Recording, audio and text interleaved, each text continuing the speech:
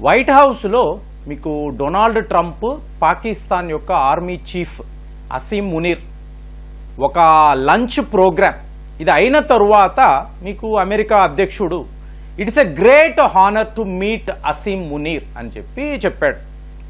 అయ్యా, ఈ ప్రపంచంలో ఇన్ని యుద్ధాలకు కారణము మీరే, కాబట్టి మీకు ఒక నోబెల్ శాంతి బహుమతి ఇవ్వాలి అని నేను ఈ ప్రపంచాన్ని కోరుకుంటున్నాను అని అసీం మునీర్ కూడా చాలా గొప్పగా చెప్పాడు. ఇప్పుడు డొనాల్డ్ ట్రంప్ గారికి మీరు నోబెల్ బహుమతి ఇవ్వాలండి, నోబెల్ పీస్ ప్రైజ్ ఇవ్వాలి. ఇది ఎంత పెద్ద విషయం. డొనాల్డ్ ట్రంప్ డైరెక్ట్గా ఫోన్ చేస్తాడు, ఆ నోబెల్ బహుమతి కమిటీ ఉంటుంది చూసారా, చేసి ఈ సంవత్సరము నాకే నోబెల్ పీస్ ప్రైజ్ ఇవ్వండి అంటాడు. అలాగే నాయక అంటారు, ఇస్తారు. సో ఇది పెద్ద విషయం. కానీ మా మధ్య ఉండే వ్యాపారం, ఇప్పుడు డొనాల్డ్ ట్రంప్ అమెరికాను ఎంత అతల పాతాళానికి తొయ్యడానికి ఏమేమి చెయ్యాలో అన్నీ చేస్తున్నాడు. సో ఇప్పుడు పాకిస్తాన్కి నేను F-35 విమానాలు ఇస్తాను. సో ఇలా చెప్పడంతో ఏమవుతుంది, చైనా వాడి యొక్క ఆయుధాలు మీకు J-35 అనండి, J-17 అనండి, వాడి ఎయిర్ డిఫెన్స్ సిస్టమ్ HQ-9 అలాగే మిజైల్స్ సర్వము భారత్ ముందు ఫెయిల్ అయిపోయాయి. వాడు ఒట్టి వేస్ట్. నా దగ్గర F-35 ఉంది కదా, 5th జనరేషన్ యుద్ధ విమానం, స్టెల్త్ విమానం కొనుక్కో, నేను నీకు అప్పు ఇస్తాను. సో దీన్ని పెట్టుకొని నువ్వు భారత్తో యుద్ధము చెయ్యవచ్చు. ఇలాంటి దీన్నే వీళ్ళు వ్యాపారము అని అంటున్నారు. సో అసీం మునీర్ కూడా ఆనందం. ఏంటి, ఒక 2 ఎయిర్ బేసెస్ అమెరికా వాడికి అప్పచెప్పితే, అంటే ఇంకొక దేశంలో అమెరికా వాడి స్థావరాలు బాగుందా, మనల్ని అడిగితే నో అన్నాం, దరిదాపుల్లోకి రాకు అన్నాం. కానీ పాకిస్తాన్ వాడు డబ్బు విసిరేస్తే, కుక్క బిస్కెట్లు వేస్తే తోక ఆడించుకుంటూ వాళ్ళు ఏం చెప్పినా చేస్తాడు. కాబట్టి 2 ఎయిర్ బేసెస్, దానికి F-35 విమానాలు, డీల్ బాగుంది కదా. కానీ మనం ఊరుకుంటామా? ఇప్పుడు చూడండి, మీకు ట్రివాండ్రం ఇంటర్నేషనల్ ఎయిర్పోర్ట్ ఇక్కడ 6 రోజుల క్రితము ఒక F-35 విమానం వచ్చింది. సో మన ఇండియన్ ఎయిర్ ఫోర్స్ డిటెక్ట్ చేసిందని కూడా ఒక వీడియోలో మాట్లాడాం. ఇవాళ వరకు కూడా ఆ విమానం అక్కడే ఉందండి. పైలట్ దిగాడు, హోటల్కి వెళ్ళిపోయాడు, మీకు వర్షాలు పడుతున్నాయి. 6 రోజుల నుంచి ఆ F-35 విమానము కేరళలో అక్కడే ఉంది. సో ఇప్పుడు ఇది ఒక మిస్టీరియస్ వ్యవహారం. ఎందుకు వచ్చింది, మనము ఎలా డిటెక్ట్ చేయగలిగాము? ఇప్పుడు ఈ విమానాన్ని తీసుకొని వెళ్ళడానికి రాయల్ నేవీ రావడము లేదు. ఇది ఎక్కడ గొడవరా? సో ఇంతలో మన మినిస్ట్రీ ఆఫ్ డిఫెన్స్ వీళ్ళు ఒక చాలా పెద్ద ప్రకటన చేశారు. ఏమిటి ఇది అంటే, మేము రష్యా వద్ద సుఖాయ్ 57 విమానాలు తీసుకోబోతున్నాము. ఎలాంటి ఒక వార్త చూడండి, ఇక్కడ మనం కొనుక్కోబోతున్నాము అనలేదండి, తీసుకోబోతున్నాము.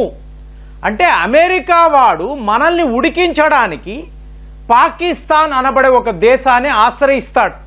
వాళ్ళతో మాకు అద్భుతమైన ఫ్రెండ్షిప్ ఉంది అంటాడు. సో ఇదంతా విన్న తర్వాత మనకి ఎలా ఉంటుంది, మెల్లమెల్లగా మనము రష్యా వైపే, మనకు నమ్మదగిన ఏలి వీళ్ళే, వీళ్లతోనే మన డిఫెన్స్ టైస్ ఉండాలి అని మనం ప్రిపేర్ అయిపోతాం. ప్రతిసారి వాడు ఇదే చేస్తాడు, మనము రష్యాతోనే ఫ్రెండ్షిప్ చేస్తాం. సో ఇవాళ సుఖాయ్ విమానాలు భారత్లోకి రాబోతున్నాయి అంటే ఇది ఎంత గొప్ప డీల్ అంటే చూడండి. ఇప్పుడు మీకు పోయిన సంవత్సరం 2024లో మీకు లాక్హీడ్ మార్టిన్ అంటే F-35 విమానాలు తయారు చేసే సంస్థ, వీళ్ళ CEO ఇతన్ని జిమ్ టైక్లెట్ అంటారు. సో ఇతను మోదీ గారిని కలిసి మా వద్ద F-35 విమానాలు కొనుక్కోండి, ఇది ఒక అద్భుతము, ఇన్ని మాట్లాడాడు. సరేనండి చూద్దాం. మనము కూడా ప్రతిసారి అమెరికా వాడు చెప్పడము, నో అనడము, మళ్ళీ రష్యా వద్ద ఆయుధాలు కొనుక్కోవడము. సో ఇది ఎందుకు, మనమే సొంతంగా మేక్ ఇన్ ఇండియా అంటున్నాము. సో ఇలాంటి ప్రాజెక్ట్ ఉన్నప్పుడు ఏదో సరదా పడుతున్నాడు కదా. మోరోవర్ F-35 కదా, వరల్డ్లో నంబర్ 1 స్టెల్త్ విమానం అంటున్నారు కదా. ఇదంతా ఆలోచించాం. కానీ డొనాల్డ్ ట్రంప్ తీరు, జూలైలో లాక్హీడ్ మార్టిన్ యొక్క CEO కలిశాడు. ఇంతలో డొనాల్డ్ ట్రంప్ రావడము భారత్పై టారిఫ్స్ అన్నాడు.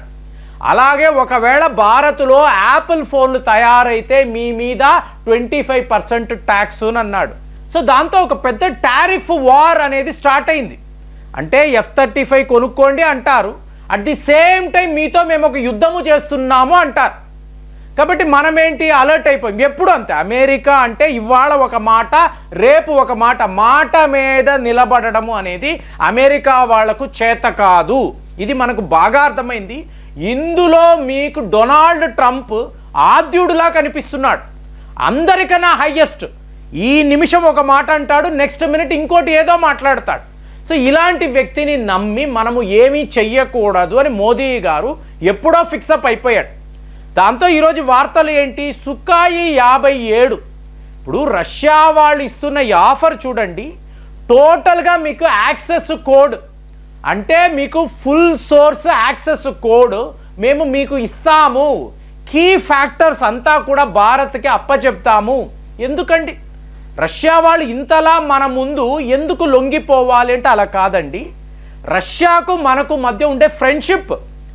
ఆల్రెడీ సుఖాయ్ విమానాలు నాసిక్ ఫెసిలిటీలో తయారవ్వడం, ఒక ఇంజిన్ తప్ప ఎంటైర్ బాడీ ఎంటైర్ సిస్టమ్స్ ఇక్కడే మనము తయారు చేస్తున్నాం. ఇంకా విచిత్రం ఏంటంటే ఎన్నో దేశాలు, ముఖ్యంగా అర్మీనియా లాంటి దేశము, మేము రష్యా వద్ద సుఖాయ్ విమానాలు కొనము, మాకు వద్దు, ఇవే విమానాలు భారత్ వద్ద కొంటాము, వాళ్ళు మా మంచి ఫ్రెండ్స్ చూడండి.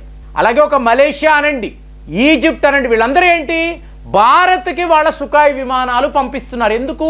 Maintenance, spare parts. అంటే రష్యా యొక్క అతి ముఖ్యమైన బ్రాంచ్ భారత్ అన్నట్టుగా ఇవాళ ప్రపంచము చూస్తుంది.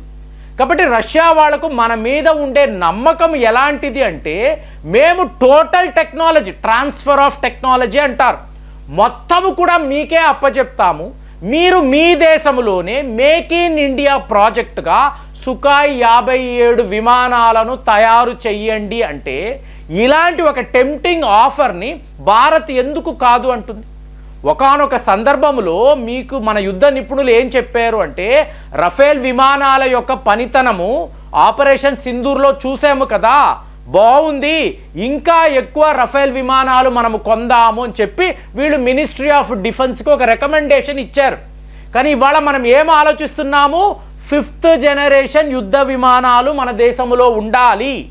ఒకవేళ అమెరికా వాడు పాకిస్తాన్కి F-35 ఇస్తే మన వద్ద 5th జనరేషన్ విమానాలు ఎక్కడ లేవు కదా. కాబట్టి సుఖాయ్ 57 విమానాలను ఇక్కడికి తీసుకువద్దాము. ఇదే రష్యా వాళ్ళు చెప్పారు, 5th జనరేషన్ ఆలోచించకు, నువ్వు 6th జనరేషన్లోకి వెళ్ళిపో, నువ్వు సుఖాయ్ 57 నీ భారత్లో తయారు చేయగలిగితే 5th జనరేషన్ ప్రాబ్లం సాల్వ్ అయిపోయింది కదా. అంటే మీకు advanced medium compact air craft, దీనిని 6th జనరేషన్లో చెయ్యి. సో దట్ నువ్వు రష్యా అమెరికాకు దీటుగా ఉంటావు. ఆల్రెడీ చైనా వాడు చెప్తున్నాడు, మా వద్ద 6th జనరేషన్ ఉందని, ఎవరికి తెలియదు, కానీ మీరు రెడీ చెయ్యండి, మీరు సిద్ధము చెయ్యండి అని రష్యా వాళ్ళు మనకు సపోర్ట్గా మాట్లాడుతున్నారు. మళ్ళీ మీరు ఎలా చూసుకున్నా కూడా ఇప్పుడు సుఖాయ్ 57 అనండి, F-35 అనండి, సుఖాయ్ 57 అన్ని పారామీటర్స్లో కూడా అడ్వాన్స్డ్గా ఉంటుంది. అది మీరు ఫ్యూయల్ ట్యాంక్ అనండి, ఎండ్యూరెన్స్ అనండి, మీకు రేంజ్ అనండి, అలాగే ప్రయాణించగలిగే దూరము ఏకంగా 2500 కిలోమీటర్లకు పైగా కూడా మీకు సుఖాయ్ 57 ప్రయాణించగలదు. అంత అడ్వాంటేజెస్ ఉన్నప్పుడు ఇవాళ మనం ఆ విమానాలను భారత్లోకి తెచ్చుకొని కొనుక్కోవడము కాదు, తయారు చేసుకుంటే అప్పుడు అమెరికా, పాకిస్తాన్, చైనా లాంటి దేశాలకు మనము ఏంటో అర్థమవుతుంది. అలాంటి దెబ్బ కొట్టాలని నేనైతే భావిస్తున్నాను. మరి మీకు ఎలా అనిపిస్తుంది? ఇలాంటి వార్తలు విన్నప్పుడు మీరు ఏం ఆలోచిస్తున్నారు? కామెంట్స్లో రాయండి. మళ్ళీ వచ్చే వీడియోలో కలుద్దాం. జై హింద్.